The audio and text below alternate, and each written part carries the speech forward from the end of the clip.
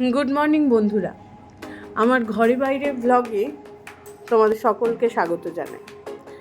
ছোটোবেলায় এত গরমে যখন খেলে ধুলে ঘেমে নিয়ে বাড়ি আসতাম, মা মাঝে মধ্যেই আম পোড়া শরবত করে দিত।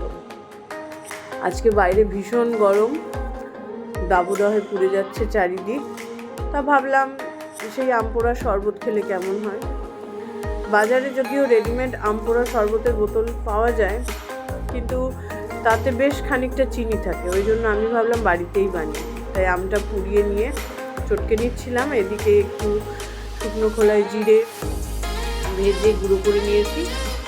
এবার আম পোড়ার শরবতটা বানানো যায়। তো আমটাকে একদম চব্য করে একদম ছাড়িয়ে নিয়ে আমের পাল্প বার করে নিয়েছি। একটা শুকনো লঙ্কা পোড়া দিয়েছি, তার সাথে শুকনো লঙ্কা পোড়াটাকেও আমি আমের পাল্পের সাথে ভালো করে চটকে নেব, তাহলে ব্যাপারটা বেশ একটু স্পাইসি হবে। সাথে আমি দিয়ে দিচ্ছি ওই জিরে মশলাটা, ভাজা জিরে গুঁড়ো। আমার এত ভালো লাগে এই আম পোড়ার শরবতটা বাড়িতে বানিয়ে খেতে, এর জন্য একটা আলাদাই ফ্লেভার।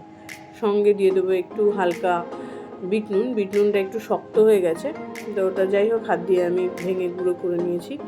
এবার মিশ্রণটাতে আমি ঠান্ডা জল মিশিয়ে নেবো।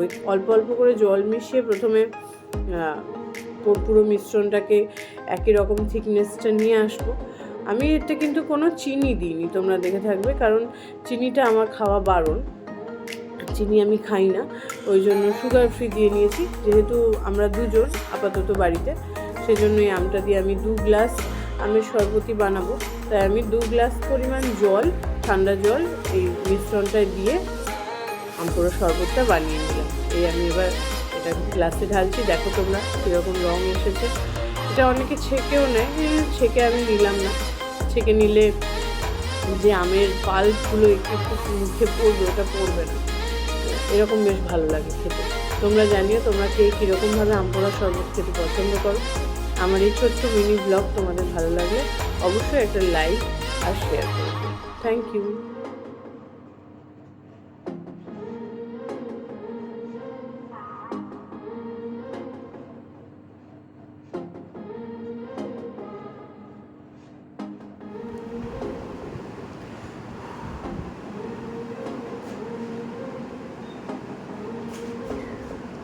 আর এখানে ছন্দক খেয়ে বলবে ওর কেমন লাগে। দারুণ।